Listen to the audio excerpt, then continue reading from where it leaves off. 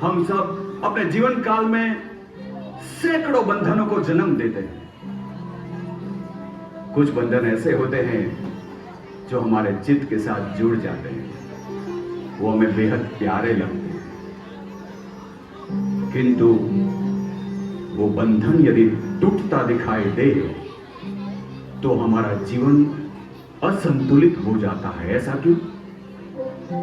वो बंधन हमें पीड़ा देता है। ऐसा क्यों? वो बंधन हमारे चित्त को इतनी गहरी चोट पहुंचाता है कि जीवन भर हम उन्हीं वेदनाओं के साथ जीने लगते हैं। ऐसा क्यों? आइए इस बात को समझते हैं। एक ऐतिहासिक कहानी, वर्षों वर्षों पहले की ये कहानी है। अयोध्या नगरी के राज सिंहासन पर एक राजा का नहीं बल्कि एक रानी का राज था। रानी थी रानी श्रीदेवी। झूठ नहीं बोल रही महारानी जी, किंतु इस चेहरे की सौंदर्यता के सामने सोने तो क्या, हीरे और मोती के जवाहरात भी पीतल जैसे नजर आते हैं। इतनी सुंदरता कि दर्पण भी शर्मा जाए। सुंदरता? तो क्या तुम मुझे मोरनी की उपमा दे रही हो? नहीं नहीं महारानी जी, झूठ नहीं बोल रही, किंतु मुझे तो आप में शेरनी नजर आती है। जो इस देश के बड़े बड़े महाराजा नहीं कर पाए वो आपने कर दिखाया है। आपके सामने तो 100 महाराजा भी फीके पड़ जाए। सच में? हाँ महारानी जी, आपके डर से तो नगरी में सदैव शांति और समृद्धि बनी रहती है। डर से नहीं, आदर से। बच्चे हो या बुजुर्ग, सभी मेरा आदर सम्मान करते हैं। मेरी प्रजा मुझसे पूछे बिना कोई भी कार्य नहीं करती। करे भी क्यों महारानी जी? यदि कोई प्रजाजन आपकी अनुमति के बिना कोई कार्य करता है तो आप उन्हें सजा देकर सलाखों के पीछे कैद करवा देती हैं। ये नगर मेरा है। मैं जो कुछ भी करती हूँ वो नगरवासियों के हित के लिए ही करती हूँ। झूठ नहीं बोल रही महारानी जी, किंतु तभी तो नगरवासियों को आपके प्रति प्रेम है। प्रेम तो द्वितीय, प्रथम तो आपका अधिकार है ना महारानी जी? सुलक्षणी, मैं तुम्हारा व्यंग समझती हूँ, किंतु तुम इस राज्य में नहीं आई हो, इसलिए तुम्हें मेरी नीतियों को समझने में थोड़ा वक्त लगेगा। एक राज्य पर राज करना कितना जिम्मेदारी का काम है ये तुम नहीं समझोगी, विशेष रूप से तब जब तुम एक पुरुष नहीं बल्कि एक स्त्री हो और तुम्हारा पति। ये क्या? मेरी नगर में एक साधु को आने की अनुमति किसने दी? किसने दी? साधु? वो भी हमारे नगर में? झूठ नहीं बोल रही महारानी जी, किंतु ये तो आपके आदेश का सरासर उल्लंघन हो रहा है। ये साधु तो बड़े जाने पहचाने से लग रहे हैं।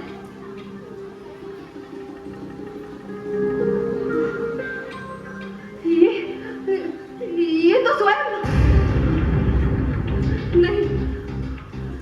नहीं, ऐसा कैसे हो सकता है? ऐसा नहीं हो सकता। सेनापति, राजमहल के सारे द्वार बंद कर दो और राजकुमार सुकौशल से कहो कि वो अपने द्वार से बाहर ना निकले। यह मेरा आदेश है। जी महारानी। वो अपने कक्ष से बाहर ना निकले, ये मेरा आदेश है, ये रानी का आदेश है। महारानी जी अब ठीक तो है? चाहे कुछ भी हो जाए, अब मैं हार नहीं मानने वाली।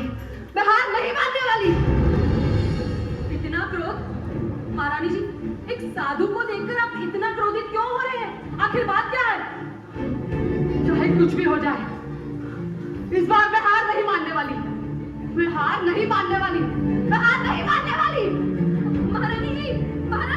महारानी जी, आखिर बात क्या है? आखिर बात क्या थी? क्या थी वो बात?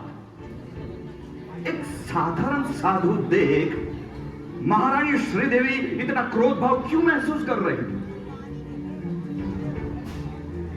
दासी के इसी प्रश्न ने महारानी श्रीदेवी को अपने भूतकाल की ओर परिवाहित कर दिया, क्योंकि वर्षों पहले अयोध्या नगरी पर महारानी श्रीदेवी का नहीं बल्कि उनके पति महाराजा कीर्तिधर का राज था।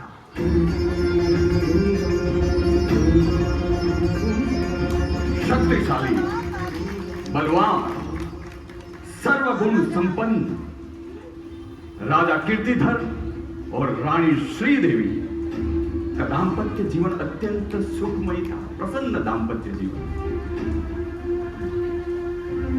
बहुत जल्द ही रानी श्रीदेवी ने एक राजकुमार को जन्म दिया।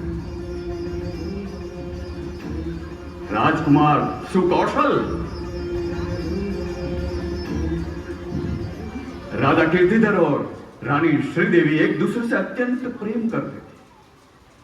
राजा का पूरा दिन अयोध्या की देखभाल में बीतता था और रानी का पूरा दिन राजा की देखभाल में बीतता था। उन दिनों अयोध्या नगरी धर्म आराधना की नगर कहलाती थी। साधु संतों के आगमन से अयोध्या नगरी सदैव धर्ममयी बनी रहती थी। एक दिन ऐसे ही बड़े तपस्वी आचार्य अयोध्या नगरी पधारे।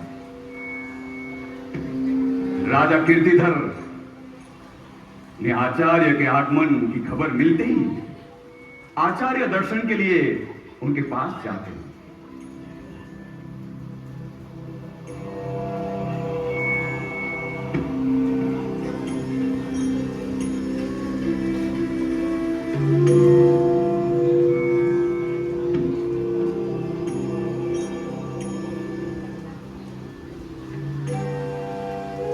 वंदन गुरुदेव, मैं बड़ा ही सौभाग्यशाली हूं कि मुझे आपके दर्शनों का अवसर प्राप्त हुआ है। मेरी ये अयोध्या नगरी आपके चरणों के स्पर्श से धन्य हो गई है। मुझे आशीर्वाद दीजिए प्रभु कि मेरी ये अयोध्या नगरी और भी सुख और समृद्धि को प्राप्त कर सके। बाह्य सुख समृद्धि या आंतरिक सुख समृद्धि? जिस सुख से सबका कल्याण हो वो गुरुदेव। शरीर का कल्याण या फिर आत्मा का कल्याण? दोनों एक ही बात नहीं गुरुदेव? नहीं, शरीर नश्वर है और आत्मा शाश्वत है। क्या आप ये राज मुकुट पिछले भव से इस भव में लेकर आए थे? क्या आप ये राज मुकुट इस भव से अगले भव में ले जा सकेंगे? नहीं ना राजन, उत्तम संयम धर्म के साथ ही आत्म सिद्धि संभव है। राग द्वेष विषय कषाय से कलुषित आत्मा किसी शरीर का आश्रय लेकर इस संसार में भटकती रहती है। इन फेरों से मुक्त होने के लिए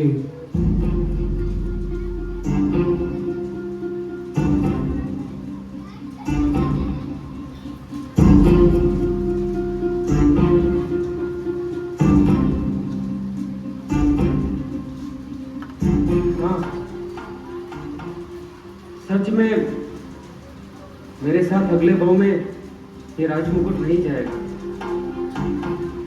मेरा सिंहासन, मेरा ये परिवार, मेरा प्रिय पुत्र, कुछ भी तो मेरे साथ नहीं जाएंगे। तो फिर ऐसा क्या है जो अगले भाव में मेरे साथ जाएगा? अगर सब कुछ अशाश्वती है तो कुछ ऐसा करना है जो चिरकाल तक मेरे साथ रहे। ऐसा क्या है जिससे मैं शांति को प्राप्त कर सकूं? ऐसा क्या है इसका मैं एक मोक्ष ही प्राप्त कर जवाब सकूं? है, केवल और केवल एक जवाब, संयम पथ। राजा कीर्तिधर गए तो थे आचार्य के दर्शन पाने, लेकिन वहां उन्हें सत्य का दर्शन हुआ, संसार की असारता का दर्शन हुआ, जीवन के क्षण भंगुरता का दर्शन हुआ। जीवात्मा जब विशुद्ध धर्म को प्राप्त करता है तब भौतिक सुख समृद्धि में आसक्त नहीं बनता। तथा निमित्त मिलते ही 6 खंड के राज्य को त्याग करने में एक क्षण का भी विलंब नहीं करना। उसी तरह राजा कीर्तिधर ने संसार के बंधनों से संबंध में रहे राग से ऐसा वैराग्य प्राप्त हुआ कि उसी क्षण उन्होंने अपना परिवार, अपना राज्य, अपना सर्वस्व त्याग कर अस्थायी रिद्धि सिद्धि से आसक्त होकर वैराग्य स्वीकारने का निर्णय लिया। फिर उन्होंने राजसभा बुलाकर अपने सुपुत्र सुकौशल कुमार को अयोध्या नगरी का राजा घोषित कर दिया। किंतु कम आयु के कारण फिलहाल वो शासन नहीं कर सकते। इसलिए जब तक वो राजा बनने योग्य न बन जाए तब तक राजा कीर्तिधर ने अयोध्या नगरी का शासन का उत्तरदायित्व रानी श्रीदेवी को सौंपा। मगर रानी श्रीदेवी को राजा का सर्वस्व त्याग कर वैरागी बनना मंजूर नहीं था। उनके निर्णय से रानी श्रीदेवी को गहरी ठेस पहुंची। राजन, आप ऐसा कैसे कर सकते हैं? आप ऐसा नहीं कर सकते। उषा समय तक तो सब ठीक था। ये अचानक आपको क्या हो गया है स्वामी? उस गुरुदेव ने ऐसी क्या बात कह दी कि आपने मुझसे बिना पूछे इतना बड़ा फैसला ले लिया? आपको मुझे पूछना चाहिए था। राजन, मैं आपकी पत्नी हूँ, आपकी रानी हूँ, इस राज्य की महारानी हूँ। महारानी श्रीदेवी, इस संसार में माता पिता, पत्नी पुत्र, जो कुछ भी संबंध है सभी कर्मकृत है, जो इस भव पर्यंत ही मर्यादित है। आयुष्य पूर्ण होते ही संबंध पूरे हो जाते हैं। किंतु आयुष्य पर उस संबंध को निभाना क्या वो इंसान का धर्म नहीं है? और यदि ऐसा नहीं है तो संबंध बांधे ही क्यों? एक अभागा मनुष्य अपना पूरा जीवन अज्ञान के अंधकार में व्यतीत करता है, लेकिन परमात्मा की कृपा से कभी किसी दिन उस मनुष्य पर ज्ञान की रोशनी होती है। और जब ऐसा हो तो मनुष्य को उस ज्ञान को आत्मसात करके मोक्ष की तरफ प्रयाण करना चाहिए। है मेरे नाथ, जिस प्रकार इस ब्रह्मांड में सूर्य की प्रतिष्ठा है, उस प्रकार इस नगर में आपकी है। तो फिर इस विशाल सूर्य को एक छोटे से ज्ञान रोशनी की क्या जरूरत? समग्र ब्रह्मांड में सूर्य की प्रतिष्ठा होने के बावजूद भी सूर्य का एक शत्रु है, और वो है ग्रहण। खुद सूर्य ही शत्रु से अलिप्त नहीं, तो फिर तो हम तो मनुष्य हैं। ये आप क्या बोल रहे हैं स्वामी? ये आप क्या बोल रहे हैं? हमने साथ मिलकर संसार रचा है, इतना सुंदर परिवार है हमारा। अच्छा, मेरे बारे में नहीं तो हमारे पुत्र के बारे में तो सोचिए। उसकी क्या गलती है? एक पिता अपने पुत्रों को इतनी छोटी सी उम्र में छोड़कर कैसे जा सकते हैं स्वामी? उसे पिता का प्रेम कौन देगा? कल को बड़े होकर जब वो मुझे पूछेगा कि मेरे पिता कौन है, कहाँ है, क्यों छोड़ के चले गए, तो मैं उसे क्या जवाब दूंगी स्वामी? हम आपके बिना नहीं रह पाएंगे राजन, हम आपके बिना नहीं जी पाएंगे। महारानी, किसी भी व्यक्ति को जीवित रहने के लिए किसी और व्यक्ति की जरूरत नहीं होती। व्यक्ति को जीवित रखते हैं उनके कर्म। बात सुकौशल को मेरी जरूरत नहीं, स्वयं की है। और मुझे यकीन है कि सही समय आने पर वो मेरी बात जरूर समझेगा। नहीं नहीं नहीं नहीं नहीं स्वामी, मैं आपको नहीं जाने दूंगी। आप मेरे हैं, आप पर सिर्फ और सिर्फ मेरा अधिकार है और किसी का नहीं। मैं आपको नहीं जाने दूंगी स्वामी। आप नहीं जा सकते, आप नहीं जा सकते। अगर सत्य से परिचित होने के बाद भी मैं रुका रहा तो मुझसे बड़ा अज्ञानी और कोई नहीं होगा। मैं आपसे हाथ जोड़ के विनती करता हूँ, कृपा करके मुझे प्रस्थान करने दीजिए।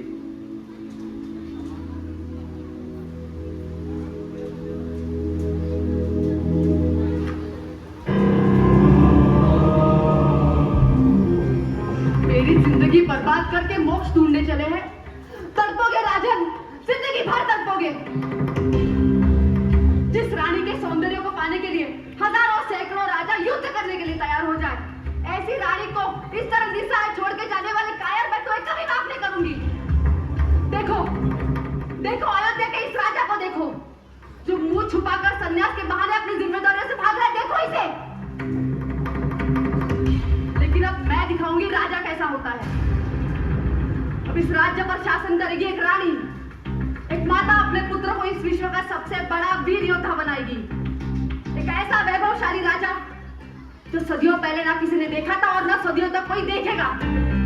ऐ राजा कीर्तिधर, भूलना मत। इस दुष्कृत्य के लिए मैं तुम्हें कभी माफ नहीं करूंगी, कभी माफ नहीं करूंगी।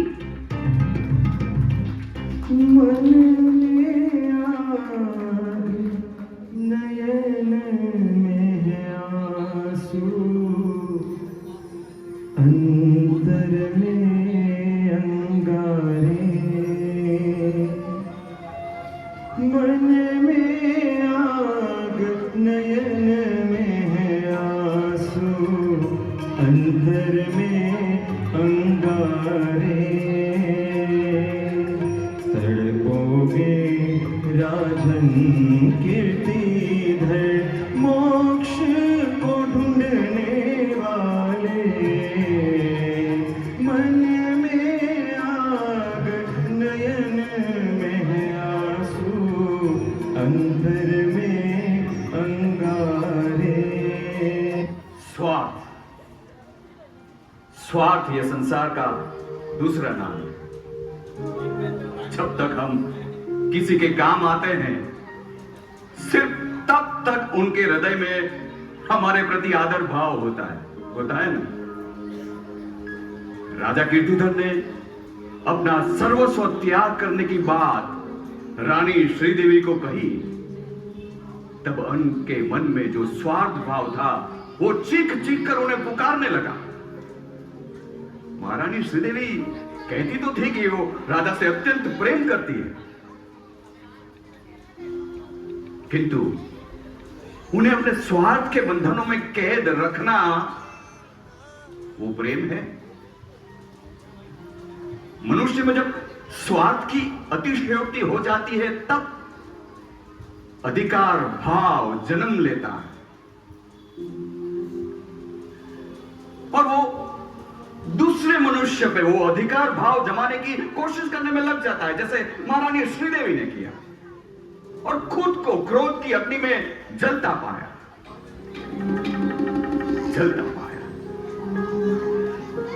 बरसों बीत गए, लेकिन क्रोध की अग्नि आज भी उतनी ही ज्वलंत है, क्योंकि जिस साधु को महल के छज्जे से उन्होंने देखा, वो साधु कोई और नहीं, उनके पति राजा कीर्तिधर है। उन्हें साधु वेश देकर रानी के चित्त में जो वर्षों से पल रहा द्वेष भाव था, वो बाहर आ गया। हम क्यों आए हैं? मुझे जीवन मजार में अकेला छोड़ देना काफी नहीं था, या और भी कोई कसर बची है जो मुझे दुख पहुंचाने फिर आ गए? लेकिन अब वो नहीं, अब मैं उन्हें दुख पहुंचाऊंगी। वर्षों पहले मेरी जिंदगी से निकल गए, अब मैं उन्हें इस नगर से निकाल बाहर फेंकूंगी। सेनापति, हमारे अनुमति के बिना घुसाए उस साधु को धक्के मार मार कर इस नगर से बाहर निकालो और किसी वीरान और भयंकर जंगल में छोड़ाओ, ताकि वो चाहकर भी दोबारा आने का प्रयत्न ना करे। जो हुक्म महारानी। झूठ नहीं बोल रही महारानी जी, किंतु उस साधु को नगर से बाहर निकालकर आपने अच्छा किया। यदि हमारे राजकुमार सुकौशल अपने पिता से मिल लेते तो अनर्थ हो जाता। मतलब राजकुमार सुकौशल अपने पिता के बारे में नहीं जानते? इस धर्म के कारण एक बार मैं अपना पति खो चुकी हूँ, लेकिन अब कुछ भी हो जाए, मैं अपना पुत्र नहीं खोऊंगी। मेरा पुत्र मेरा सब कुछ है, मेरा सर्वस्व है। और जैसे उसके पिता है वैसे मैं अपने पुत्र को नहीं बनाऊंगी। तब तो आपको राजकुमार को बताना ही चाहिए कि उसके पिता थे कैसे। क्यों? ऐसा क्यों? क्योंकि जब उसे पता चलेगा कि उसके पिता थे कैसे, तभी तो वो वैसा नहीं बनेगा। अच्छा, झूठ नहीं बोल रही।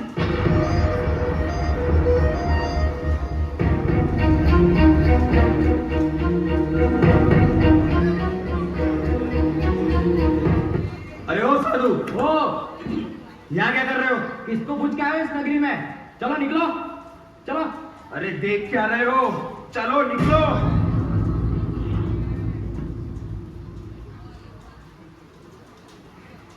सुनाई नहीं दिया क्या? निकलो। अभी तो सिर्फ धक्के मार रहे हैं, अगर गए नहीं ना तो डंडे मारेंगे, समझ गए? चलो निकलो। सिपाहियों, छोड़ो उन्हें, छोड़ दो। अरे ये क्या कर रहे हो? शर्म नहीं आती? वो एक साधु है, साधु। ये साधु संतों को अपने घर नगर में पधारने के लिए लोग कितने अहोभाव से विनती करते हैं। अरे ये साधु के चरण जिस भूमि पर पड़ते हैं वो भूमि पवित्र और मंगलकारी बन जाती है। प्रथम तो इस नगरी में साधु के दर्शन होते नहीं है और किन्हीं सत्कर्मों के कारण साधु के दर्शन हुए हैं, तो आप उनके साथ अवहेलना कर रहे हो। आखिर क्यों? प्रणाम दाऊ माता। हम ऐसा करना तो नहीं चाहते थे, लेकिन हमें आदेश दिया गया है। ऐसा दुष्कृत्य करने का आदेश भला कौन दे सकता है? महारानी, मतलब उन्होंने ही आदेश दिया था, और आप तो जानती है कि उनको नगर में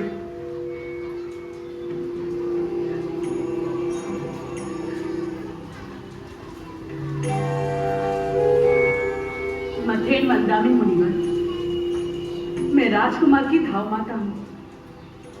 महारानी की तरफ से मैं आपकी माफी मांगती हूँ। इस पाप कर्म के लिए हमें क्षमा कीजिए गुरुवर। मेरे कर्मों के उदय के बिना कोई मेरे साथ बुरा व्यवहार नहीं कर सकता। ये तो प्रभु की आज्ञा है। और जिस स्थान पर मेरी उपस्थिति से अप्रीति हो, उस स्थान से साधु को विहार कर लेना चाहिए।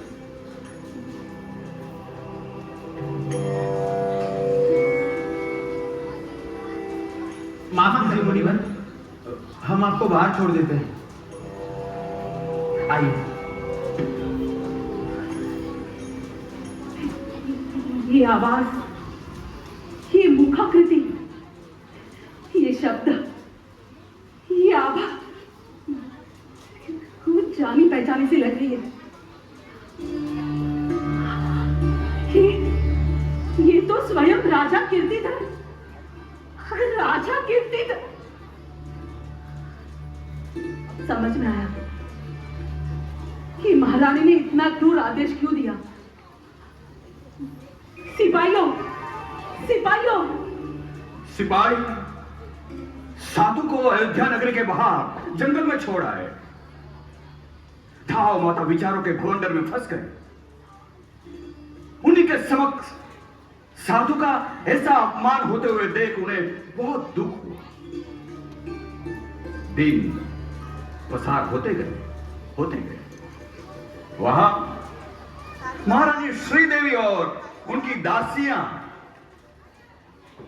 राजकुमार सुकौशल को अपने पिताजी के तन से और मन से दूर रखने की कोशिश कर रहे थे।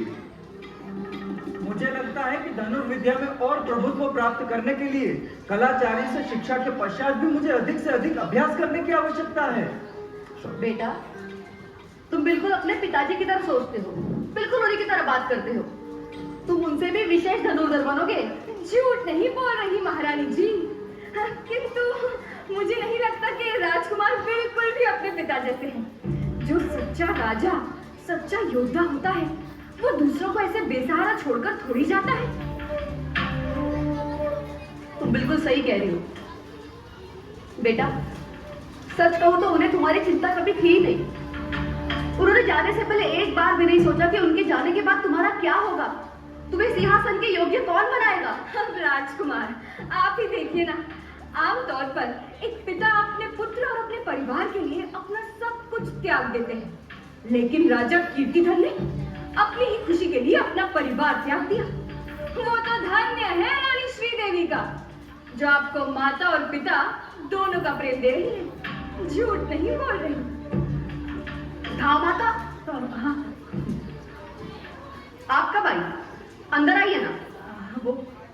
हाँ, वो राजकुमार के भोजन का वक्त। हाँ हाँ बेटा, तुम भोजन कर लो, फिर क्रीड़ा कक्ष में अभ्यास करने भी तो जाना है। हम चलते हैं। जी माता जी।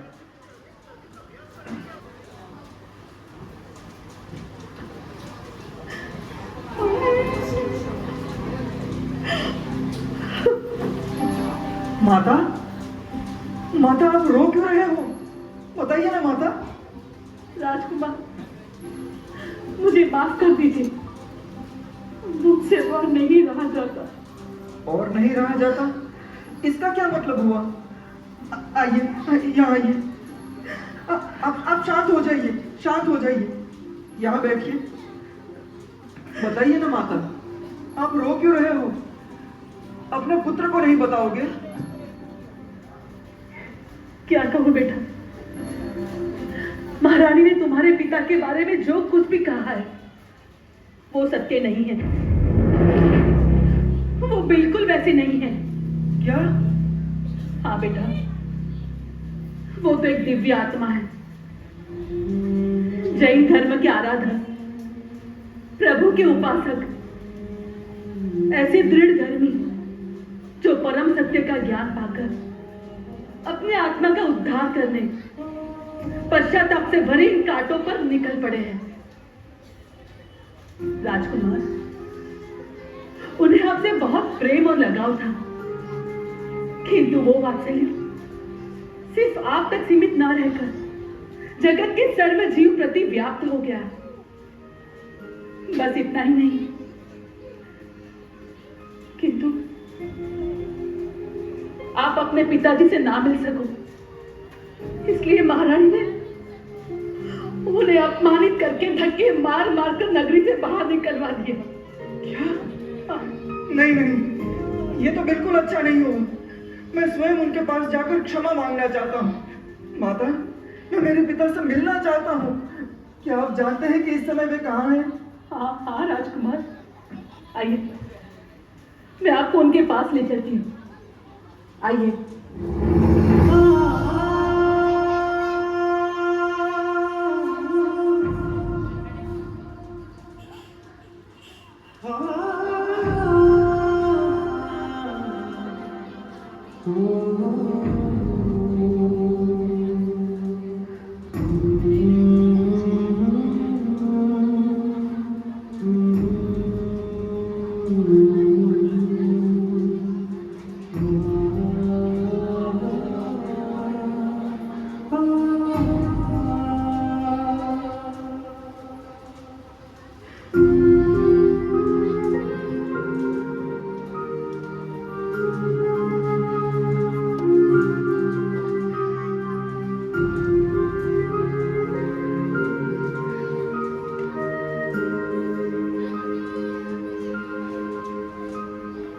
तुम्हें क्षमा मांगने की कोई आवश्यकता नहीं। ये जो कुछ भी हुआ है वो तो मेरे ही कर्म के धर्म है। मुनिवर, इसका अर्थ ये हुआ कि आपको कोई क्रोध, कोई अपमान की अनुभूति नहीं हो रही है? अपमान की अनुभूति उन्हें होती है जिन्हें सम्मान की चाह हो। जो व्यक्ति कभी किसी से कुछ न चाहता हो, उसका कोई कुछ नहीं कर सकता।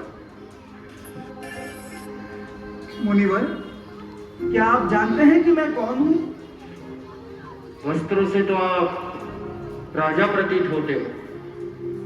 मुनिवर, मैं आपका सांसारिक पुत्र हूँ। मेरे पास जो कुछ भी है वो आप ही का दिया है। नहीं राजन, ये सब तो आप ही का पुण्य का उदय है। आपका भी तो था। फिर भी आपने इन सब का त्याग करके स्वयं के लिए ये मार्ग क्यों चुना? क्योंकि शरीर नश्वर है और आत्मा शाश्वत है।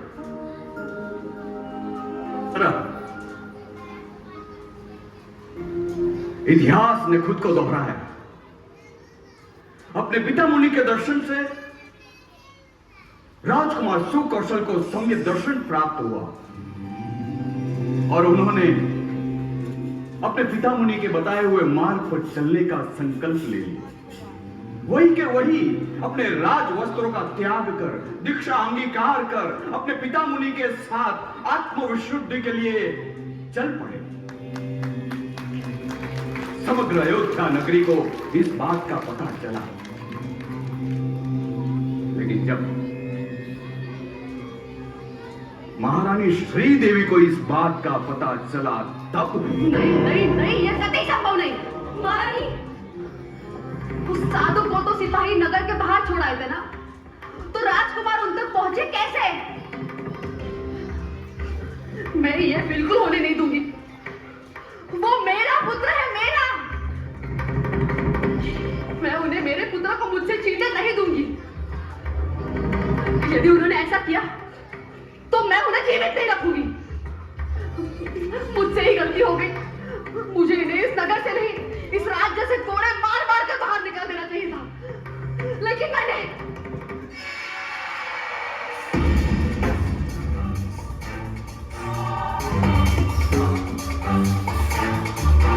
अब नहीं। अब तुम्हें मरना होगा। महारानी, तुमने मुझसे मेरा पुत्र छीना है, मैं तुमसे तुम्हारी सांसें छीन लूंगी। महारानी, इस जन्म में तो क्या, मैं किसी जन्म में तुम्हें माफ नहीं करूंगी। कभी माफ नहीं करूंगी, कभी माफ नहीं करूंगी।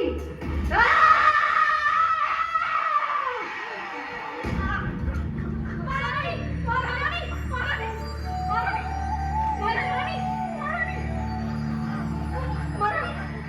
महारानी। तूफान जब उठता है तब अपने साथ धूल, मिट्टी, पत्तों जैसी छोटी छोटी चीजों के साथ बड़े बड़े पेड़ और इंसानों को भी अपनी चपेट में लेकर सब तहस नहस कर देता है। अपने पुत्र वियोग की खबर सुनते ही महारानी श्रीदेवी के भीतर उठा अधिकार, ममत्व, क्रोध और द्वेष ने महारानी श्रीदेवी के आत्मा को अपनी चपेट में ले लिया।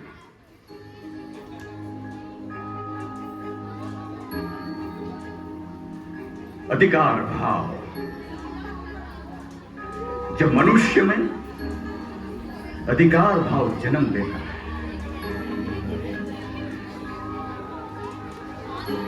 वैसे तो महारानी ने मरते मरते अनंतानुबंध पाप कर्मों का बंध किया। जैन धर्म के सिद्धांत अनुसार जिस शुभ अशुभ लेसया के साथ हमारा मृत्यु होता है, उसी शुभ अशुभ लेसया के साथ हमारा अगला जन्म होता है। अत्यंत द्वेष भाव के साथ उनका मृत्यु के होने के कारण उनका अगला जन्म अत्यंत द्वेष भाव के साथ एक खूंखार शेरनी के रूप में होता है। समय पवन की तरह चलता जाता है।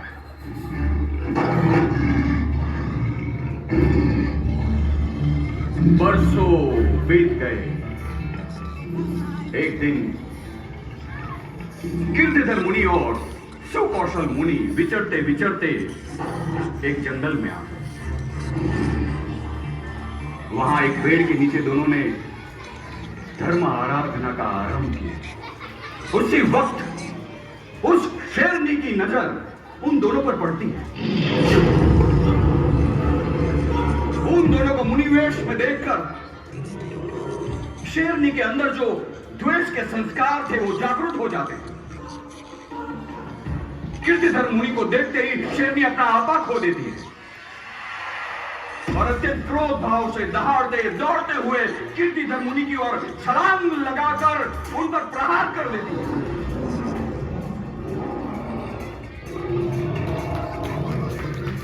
तुमने मुझसे मेरा पुत्र छीना है, मैं तुमसे तुम्हारी सांसें छीन लूंगी। इस जन्म में तो क्या, मैं हर जन्म में तुमसे बदला लूंगी, हर जन्म में तुमसे बदला लूंगी। किंतु ये सब देखकर सुकौशल मुनि को जरा भी वो भयभीत नहीं हुए, बल्कि उनके मन में शेरनी के प्रति दया भाव जागृत हुआ। उनके पिता मुनि को प्राण छोड़ते हुए देख सुकौशल मुनि को अपने देह की चिंता किए बिना अपने आत्म तत्व की सुरक्षा हेतु उसी क्षण उन्होंने संधारा ग्रहण कर दिया। हे परमात्मा, मैं आपके द्वारा बताए गए परम सत्य की राह पर चल मोक्ष प्राप्ति के लिए तपश्चर्या कर रहा था। ये शेरनी मेरी उस यात्रा को गति देने आई है। मुझे मेरी मृत्यु का शोक नहीं, परंतु पाप कर्मों का बंधन कर रही इस शेरनी के लिए शोक है। इस आत्मा का कल्याण है, सर्व जगत का कल्याण है। मैं सभी जीवों से क्षमा मांगता हूँ, क्षमा मांगता हूँ, क्षमा मांगता हूँ। और इस तरह अपने कर्मों की निर्जरा करते हुए सुकौशल मुनि ने अंतकृत केवड़ी होकर सिद्ध गति को प्राप्त हुए। कैसी है ये जीवन की वास्तविकता? कैसी है? जिस मां ने कभी अपने हाथों से अपने पुत्र को भोजन करवाया था, वो मां भोजन के तौर पर अपने ही पुत्र का मांस खा रही थी। जो मां अपने पुत्र वियोग की खबर से कांप उठती थी, वो मां, वही मां ने अपने पुत्र को मृत्यु भेंट दे दी। ऐसा क्यों? जो बंधन हमारे चित्त के साथ जुड़े हुए होते हैं, वही बंधन अंत में हमारी दुर्गति का कारण बनते हैं। ऐसा क्यों?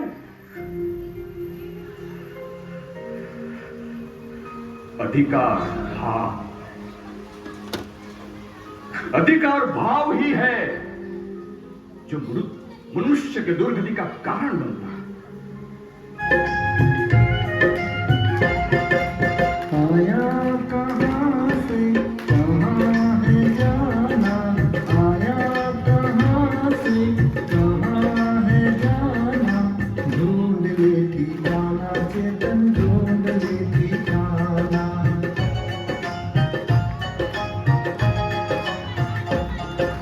सब कुछ न जाना, मुझको न जाना, सब कुछ न जाना, मुझको न जाना, कैसा ज्ञान धारी तूने अपना पहचाना।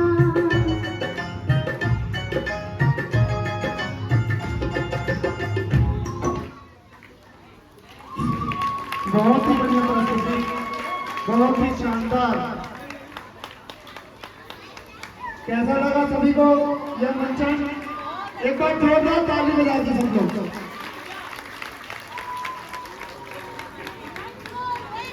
और श्रीमती डॉली जैन और दूसरे नाम आ जाए ऊपर। हम सभी कलाकारों का सम्मान करना चाहते हैं।